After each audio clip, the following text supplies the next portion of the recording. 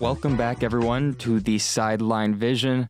I am your host, Ty Wellemeyer. Nick Rampe thought I did such a good job last week that he gave me the position. But in reality, Nick Rampe is out again. He's got the illness that has plagued our staff for what feels like the past month. So I am now running the captain's seat. I am joined by Sam Dicus and Reece Leddy. Gentlemen, how are you doing? Doing pretty good. I want to make clarification. I was a healthy scratch last week. I was not sick. I lost my voice at Dollywood. So just terrified of roller coasters and screamed my voice away. So just didn't want people to think I was sick. But you're scared of roller coasters. Completely terrified. Okay. Okay, that's fair. Dude, I went to Dollywood last week too. shot. I went Thursday. Last week, the week before. Whenever you were out, I literally went to Ty's room to go record the podcast, and I literally left to go to like Pigeon Forge like immediately after. He turns to me and goes, "After this episode, I'm going to Dollywood." And I said, "Oh, okay." No, I was at Dollywood that Monday. It's weird.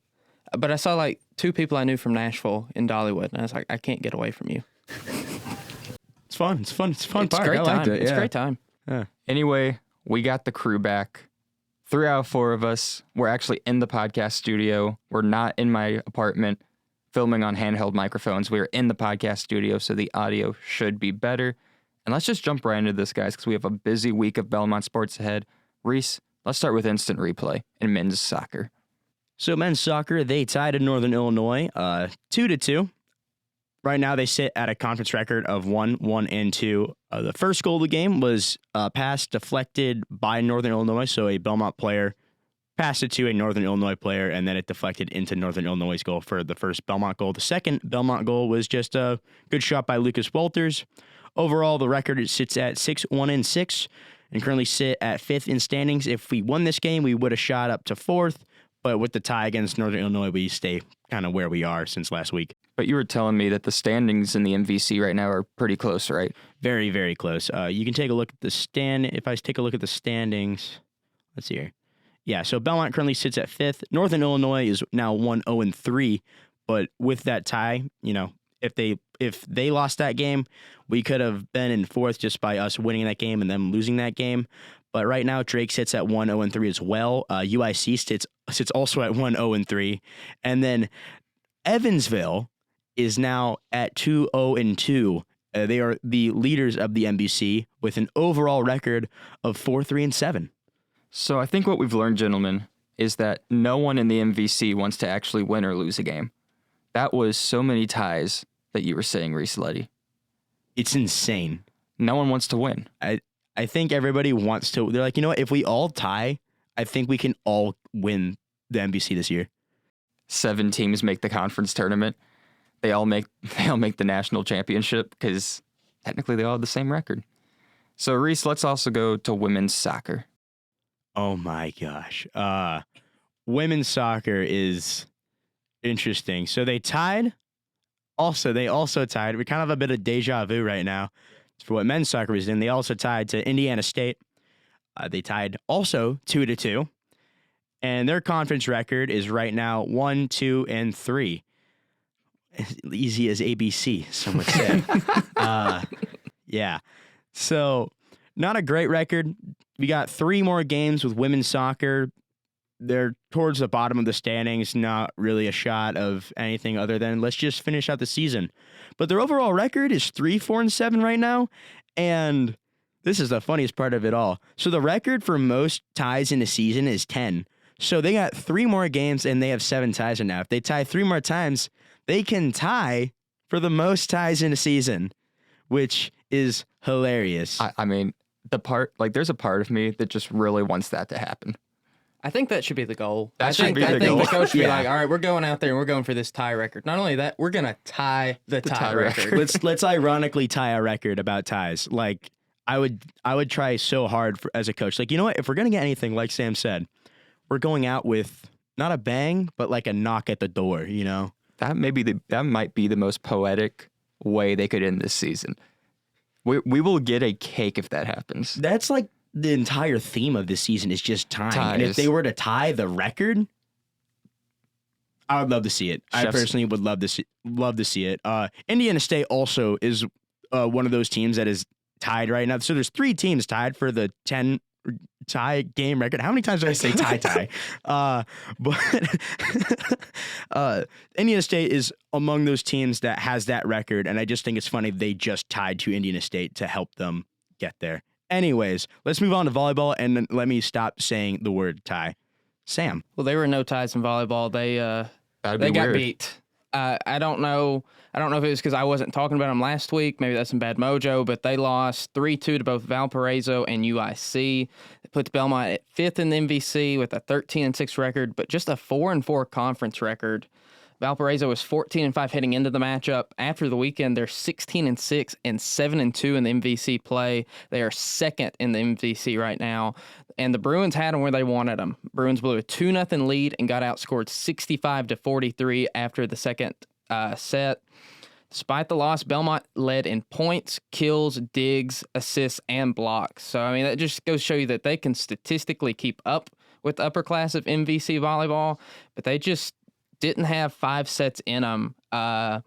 Looking at some individual performances, Lily Lutt set a career high with 34 digs. Brooke Gilliland had 21 kills, and Jordan Jakovsky had another double-digit assist outing with 34 assists.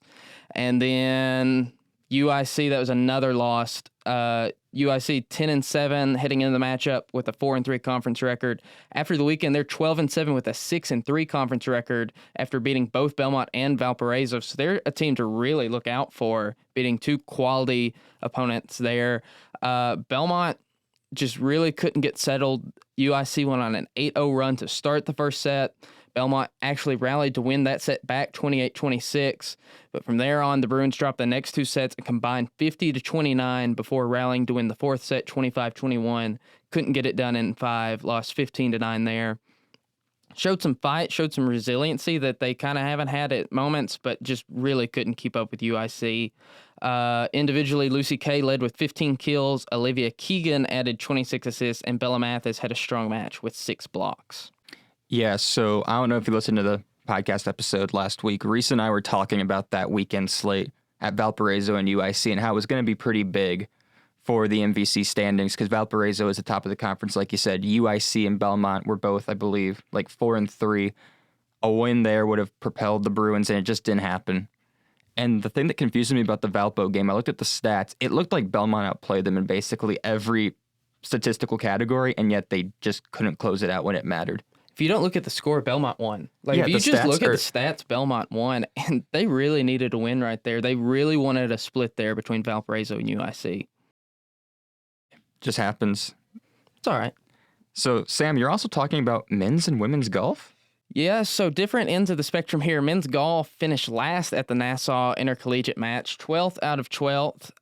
Gray Goff finished tied for 24th, and Chris Harpham tied for 30th.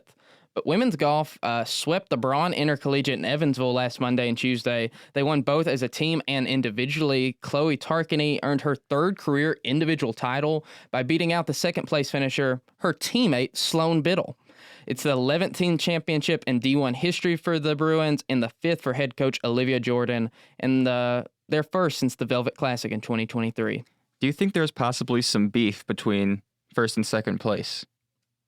I don't know. They're both really good golfers. They're very good golfers. But that's probably some sort of like friendly rivalry right there. What do you think, Reece? You think that bus ride was a little tense on the way back?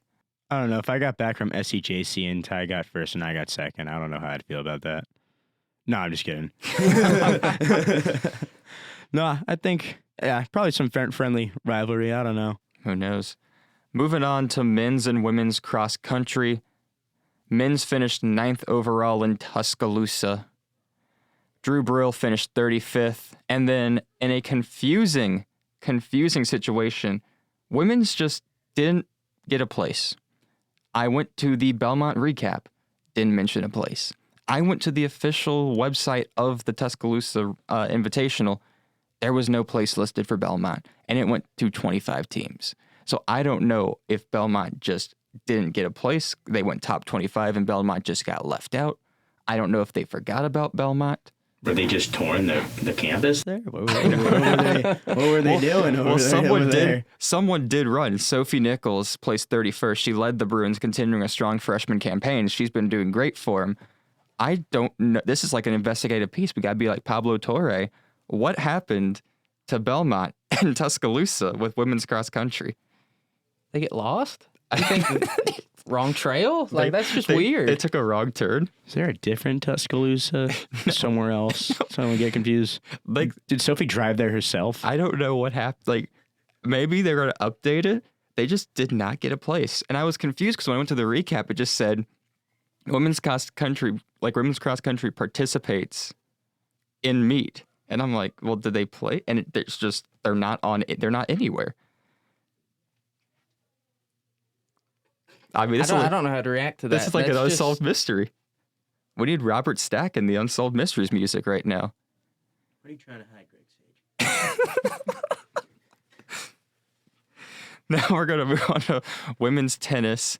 They competed in the ITA Regional Championships Thursday and Friday. The doubles duo of Jessica Pupiol and Savannah Webster, they fell in the round of 32 to the number 9th doubles team in the nation.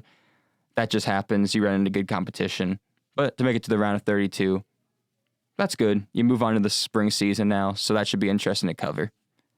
And we are now moving on to the future with future focus. And Sam Dicus, the man, the myth, the legend, Das Wunderkind, as we call him in the office, he's now going to talk about volleyball. Yeah, so Friday, volleyball's got Evansville at home. It's volleyball bingo night at the Curb. Oh, snap. Evansville, 6-14 on the year, 2-6 in the conference. They've only beat Indiana State, beat them twice. Indiana State did beat Belmont if you're going to play that game. But they also have already lost to the Bruins and got swept 3-0. I think this is a get-right game. I think it's a get-right weekend. I am guaranteeing that the Bruins win both matchups because they got Bradley on Saturday. Bradley's 8-12 on the year, also just 2-6 in the MVC. They've beat Illinois State and Evansville, so not like top-tier opponents. They've got 5 players listed at 6'2". Got lots of size, but not as much size-based length as the Bruins do. I'm thinking that it's a sweep. I think that Belmont goes 2-0. So we need to put like a board up that just says Sam Dicus guaranteed these 2 wins, and if they don't happen, I mean, we're gonna get clowned on. It's my big mortgage bet of the week. Like if I had to put the mortgage down on a bet, it's volleyball goes 2-0. Reece, Leddy, will you be there for volleyball bingo night? I'm going to win. You're going to win volleyball bingo? Yeah. Oh, man. It must be fine words. Now, Reece, since you're so confident in your volleyball bingo skills, how confident are you in women's soccer? Well, they have some teams that I definitely think they can tie to. Looking at the standings in women's soccer, they have Valparaiso coming up. Valparaiso is dead last in MVC standings right now for women's soccer. If they tie this one, we might just have to retire the podcast. I think so. Valparaiso has a beautiful record right now, a conference record of 0 wins, 3 losses, and 3 ties. And their record is like a reverse of Belmont's with 3 wins, 7 losses, and 4 ties. So it's a little bit, mixed around, but it's a lot of fun to look at. I think this is going to be a game that Belmont definitely has in their possession, but I'd like to see a hard fought battle, and I'd like to see the same score from both teams. Like, part of me wants to see a tie just so we can tie the record, but at the same time, it's like you have to win this. You have to win this match. You're going to have to want it. You have to win this game. I mean, Valparaiso has not won a conference game yet. No. I mean, you have to win this. I hope they tie this one. I hope they tie the next one, and then the last one to tie the record. I hope they win. I hope that it's right there and they hit like a last-second goal or something to break a tie. That would be pretty. I mean, that's like straight out of a movie. Dude, that's like Hamilton. You ever seen like the musical Hamilton at the end? That's exactly how that goes. Did not like that musical, by the way, but that's exactly how that goes. I feel like Nick is going to be editing this podcast and being like, what is going on? What is this? This is the greatest piece of media ever. But Reece, let's go to men's soccer. What's that look like for him? So men's soccer goes to Drake next week, and right now in the standings, Drake is sitting in third place above Northern Illinois and then Belmont. They're also tied with Northern Illinois with a 1-0-3 record. Yeah, no one wants to that win. previously. No one wants to win this conference. We just found out. Everyone likes each other in this conference. I think it's a lot of friends, not a lot of enemies. But Drake is a strong opponent. They're going to put up a good game, though it is senior night for the Belmont Bruins. So, we're going to get some good performances out of Brad Dildy and Dylan Steely, like just highlighting some really good seniors that have been kind of the spark for this team this season. Very fun to watch, very, very hardworking players. It's going to be fun to watch them play Drake this weekend, Friday at 6:30. Be there. You can't lose on senior night. There's also a T-shirt giveaway. So, ooh, do you know what kind of T-shirt yet? What's it look like? The men's soccer T-shirt. I have no idea. I just made that up. You just made it up. No, but there's a T-shirt giveaway. Okay. I just don't know if there's. I was like, journalistic integrity just went down the drain when you made up a T-shirt giveaway. No, there's a T-shirt giveaway. I don't know what the T-shirt is though. And it's senior night. Yeah, it's senior night. But so it's either volleyball bingo night or senior night T-shirt giveaway. Which one? You're gonna have to choose choice. one, guys. Which one are you guys picking? Give me bingo. I mean, yeah, you're the volleyball guy. Give me I think I'll have to go to the T-shirt giveaway. I think. I mean, this makes sense though. Yeah. Volleyball guy, soccer guy. Yeah, or we could switch around. I don't know. I'm open to that. I'm open to. Well, Sam, I'm gonna also call you the women's golf guy because you're doing this for Future Focus. What's that looking like for women's golf? Well, women's golf traveling to the Judson and Hattiesburg, Mississippi, home of Southern Miss next Monday and Tuesday. And believe it or not, there's not much info out there. Other than that, Southern Miss usually does pretty well at the event. They've got 2 wins and a third-place finish listed on their website. They also have 7 other finishes that they just didn't decide to list. Last year, Belmont finished 11th there. And Chloe Tarkany tied a career best 4 under 68, which is tied for the 4th lowest score in program history with teammate Salone Biddle and former alum Julia Natali. So I'm expecting Tarkany to have a pretty good day.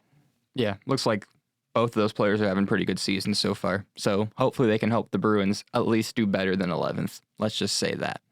And now, ladies and gentlemen, it's my time to shine. We have men's college basketball coming back to the Curb Event Center. There's an exhibition on Monday versus Tennessee Tech. An exhibition is a fancy name for a scrimmage, basically. Tennessee Tech was picked 7th in the Ohio Valley Conference preseason poll, so not really anything stellar. They basically have a whole new team. That's just the life of a low to mid-major. You have to replace your whole team because all the good players leave or graduate. And don't expect excellent basketball from exhibitions. Coaches do a lot of weird rotations. There may be different rules. I went to an exhibition at Vanderbilt when they played Virginia, and they did 4 12-minute quarters, and they reset the score at halftime, and they allowed fans to take half-court shots to give Vanderbilt extra points.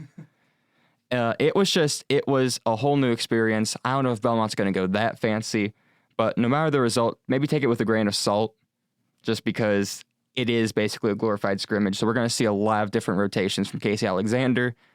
We might see players who aren't going to play a whole lot in the regular season play a lot during this exhibition. Just be grateful that we have college basketball back. Let's just say that. And I love it because I'm from 30 minutes away from Tennessee Tech. I'm a Sparta, Tennessee guy. And there's a guy from my high school playing for Tennessee Tech. Shout out Grant Slatton. Talking about guys that won't play much throughout the year, getting some minutes. Can't wait to see you out there, Grant. He's been there a while. Tennessee Tech, Golden Eagles, a lot of my family members have gone there. About every other person I've ever known goes there. So it's gonna be pretty cool for me to start off first dose of men's college basketball, my university versus the university of every other person I know. So I'm excited. Which college is the dark side for your family? Is Belmont the dark side? Like you went to Belmont, or like?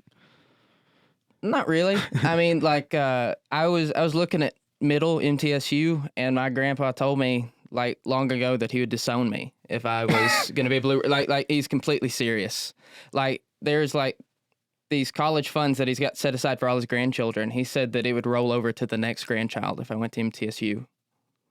the Tennessee Tech MTSU beef goes back like way back. Reece thought I was just asking a lighthearted question, and we No, ended up no. getting some Dicus beef.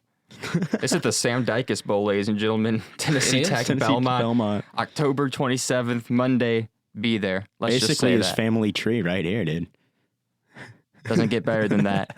It does not get. That's what I love about college basketball. You get the Sam Dicus Bowl. Let's just say that. Now, we kind of been doing this the whole podcast, guys, but this is the freestyle section. You can talk about whatever you want. And Reece, I'm reading yours. I have no idea what any of this means. Well, I'm taking full advantage of the freestyle because I don't think a lot of people talk about this sport ever when I'm in the vision office, at least. That is NASCAR. And NASCAR right now, there are 2 races until the end of the season. So they got Martinsville coming up this weekend, which basically will decide the final 4 who race for the championship the week after in Phoenix.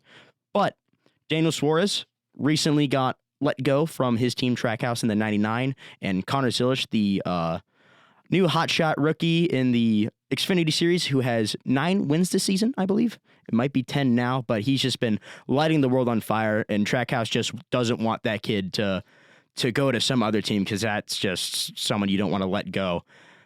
Now he's in the 99. He will take over for Daniel Suarez, but Daniel Suarez's career kind of was in limbo in NASCAR because he's not the greatest driver, but he's not the worst. He's got 2 wins out of his 9-year career, which some would say is not the best.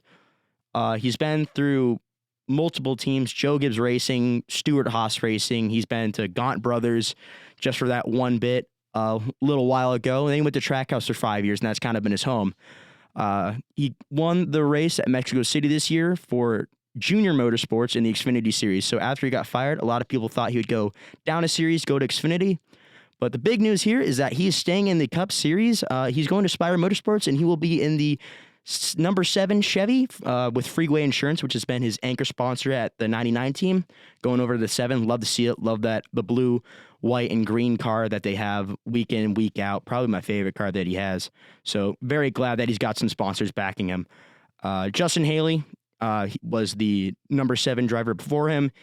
Had a very disappointing year. Had 2 top 10s throughout the whole year, had an average finish around 22nd. Daniel Suarez was a little bit better. He had an average finish of around 20th this season, but had 7 top 10s and a couple laps led and a couple stage wins as well this season. So feel bad for Justin Haley. He kind of had some stuff this season that kind of made him not do as great. I mean, his crew chief, Rodney Childers, who also crew chief Kevin Harvick in the 2014 championship season, got fired within the first 5 weeks. His pit crew changed like 3 times, 4 times. And as a young driver, that's just really hard to get around. I mean, you have environments changing in a new environment, a new team. You just can't get that to work, and he just could never get over those those hardships this season. So unfortunate for him, but very happy to see Daniel Suarez is getting a ride in the 2026 NASCAR Cup Series season. What do you guys got to say about that? Sam Dicus, do you follow NASCAR at all? A little bit, and like you were saying about like just so much turnover for a young car driver. Really, the only NASCAR driver I've ever seen really come out on the other side of that's Lightning McQueen. Like, there's a lot of turnover very early on when he was a rookie, and then as soon as he found that pit crew chief and Doc Hudson, like, he really rode it out. And how many Piston Cups was it? I think it was 5 Piston Cup wins. He's won 7. 7? He's won 7. Yeah, he's won 7 Piston Cups. So I'm going to be honest, I don't follow NASCAR at all, but I saw Reece Leddy while we were waiting for Sam to get out of class. Reece was doing Sporkle quizzes of NASCAR and was just rattling off names. It was the most impressive thing I've ever seen in my life. So this man knows his NASCAR. So to hear him talk about that was a pretty cool experience, let's just say that. I have nothing to comment because I have no idea any of what you were talking about, but I'm glad it makes you happy. Thank you, Ty. I'm trying to be supportive.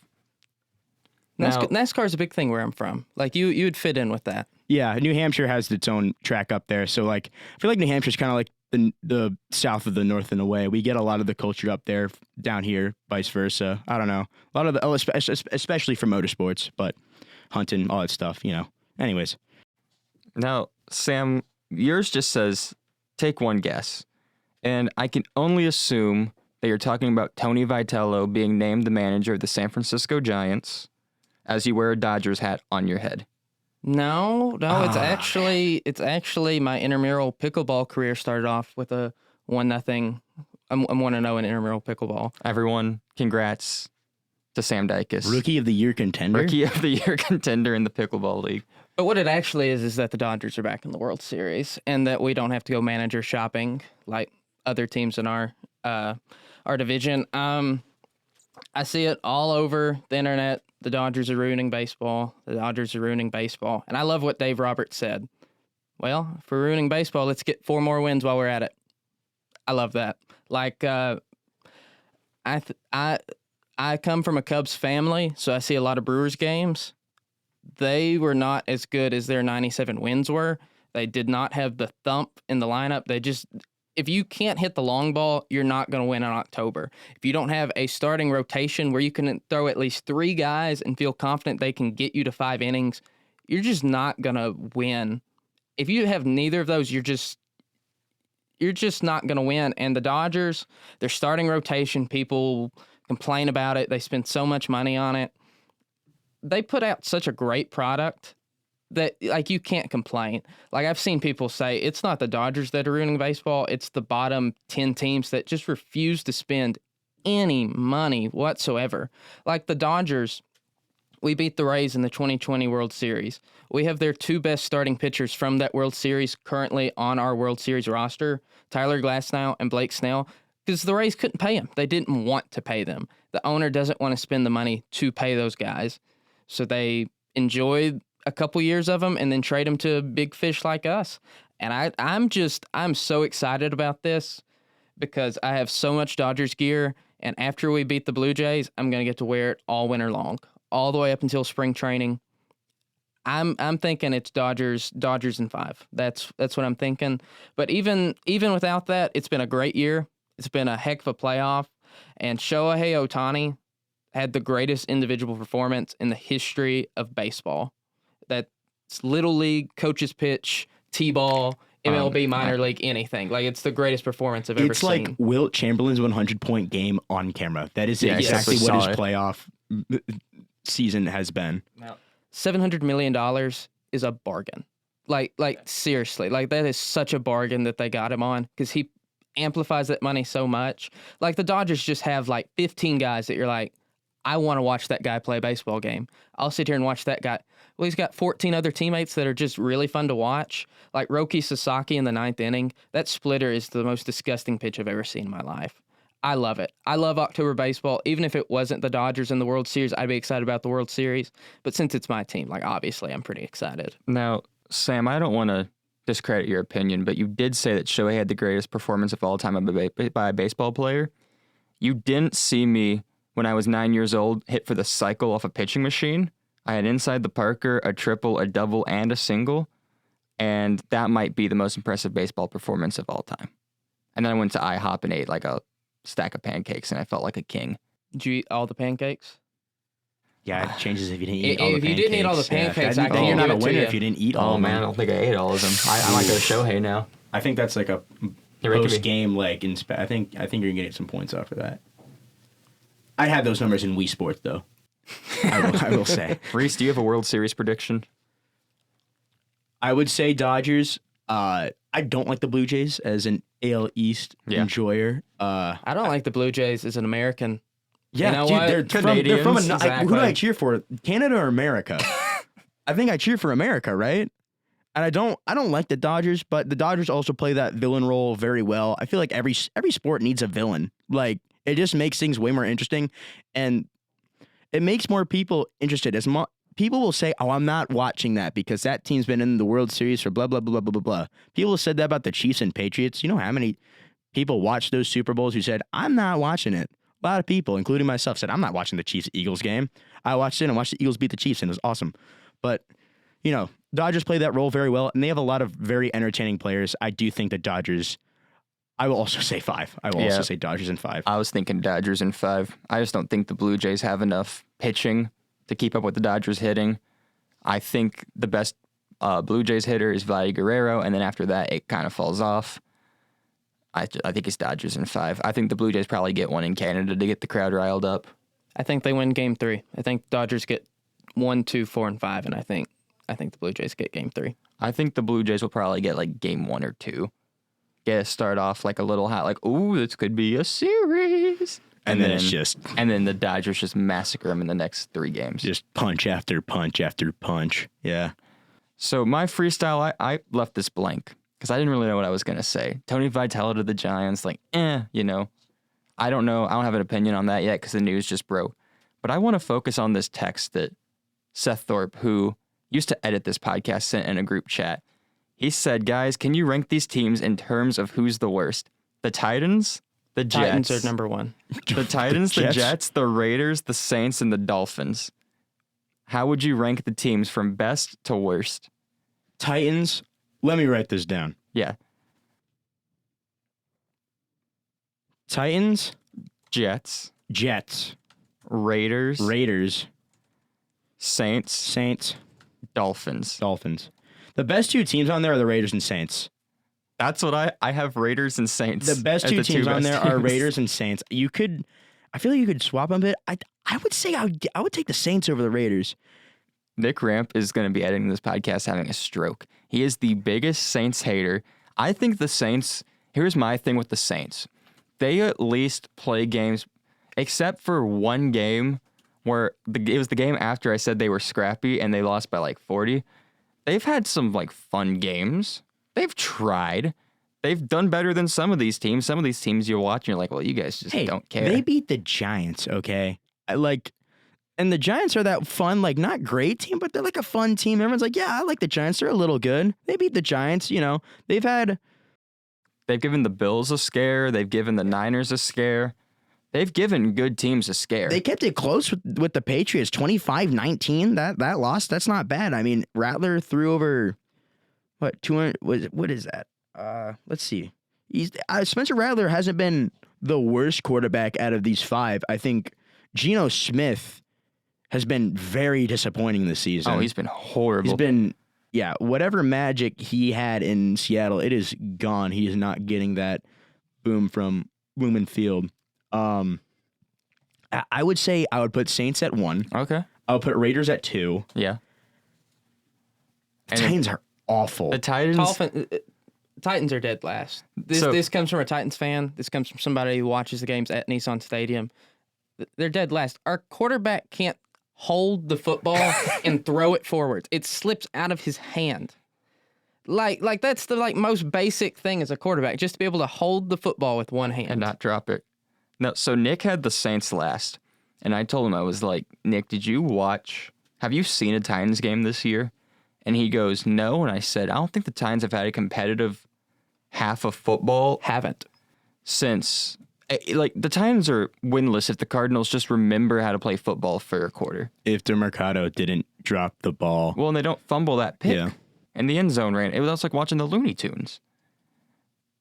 So, who's better, though? Dolphins or Jets? How many scoreless games have the Jets had compared to the Titans? That's a good question. All right, so I'm looking at the Jets, and it's not as bad as it seems. Opening week, they lost 34-32. That was a good game to Pittsburgh. Yeah. Lost Buffalo 30-10. Happens. They had Tampa Bay on the ropes. Lost 29-27. Lost to Miami 27-21. Lost to Dallas 37-22. Lost to Denver 13-11. Lost to Carolina 13-6. So the defense has come around and the offense has regressed. There's just a bunch of stuff going on right there. I don't know. I think it's a toss-up between Jets and Titans. Honestly, it kind of sucks that the Titans won that game against Arizona because now the Jets have the number 1 overall pick. Yeah. I mean, yeah, the Jets have kept it close, too. Like, they're winless, by the way. But they still have kept it, like you said, 34-32. To Denver, they lost 13-11. Dallas 37-22. That's not terrible. And Miami is 27-21. I think I'll have to agree. I think the Titans are, I would say I would put the Titans at last. I would say the Titans are last. Saints, Raiders. Do I put the Dolphins or Jets? The Dolphins are just, I don't know. Their run defense might be the worst run defense I've ever seen in my life. Yeah, because in fantasy, you just get whatever running backs. You take whatever running backs you got against the Dolphins. Like 30 points. Quinshon Judkins ran for 3 touchdowns. Tua has been a disaster. Did you guys see the clip where CBS cut in? They're like, he threw an interception. As they cut in, he threw another interception. No, I did not see that. He threw a pick while they were talking about him throwing another pick. It's the most poetic thing I've seen. This is making me cackle as a Patriots fan. Because you know how many Dolphins and Jets fans are like, yeah, your guys' run is over. It's our turn now to run the AFC East. And guess what? It's been 5 years and nothing has happened. And it's been the Bills the entire time. And even then, the Bills are now falling off. Like, it's like the Patriots are back and everything's the same. Oh, God, we might have to stop the podcast. Reese is getting on the Patriots agenda. It's getting scary. Anyways, Saints, Raiders, I think I'll put Dolphins in the middle. Jets, Titans. Is that what you have, Sam? I've got Raiders, Saints, Dolphins, Jets, Titans. I I think there's more upside for the Raiders. I have the same as Sam. So Okay. I think the Raiders, I think if Geno can at least throw a pass to the right team and everyone's healthy, I think there's more talent. I think if everybody, like even the other team, just puts on like Raiders jerseys, or maybe the Raiders like put on the other team's jerseys, that might help. Like maybe just mix up the uniforms a little bit, because he's throwing a lot of interceptions. And that's coming from somebody who has Cam Ward at quarterback. Why does Nick have such a hatred for the Saints? We'll have to ask him when he gets back on the podcast. It's going to be the first thing we're going to ask him, by the way. Welcome back to Sideline Vision. What's up with you and Saints, Nick? What's up with you in New Orleans, Nick? So, ladies and gentlemen, that is the end of the Sideline Vision. Tune in next week to see Nick Ramp's answer to Reece Leddy's pressing question. We're going to do that and much more. Thank you guys for tuning in. I'm Ty Wellemeyer, joined by Sam Dicus and Reece Leddy. And until next week, you take care, folks.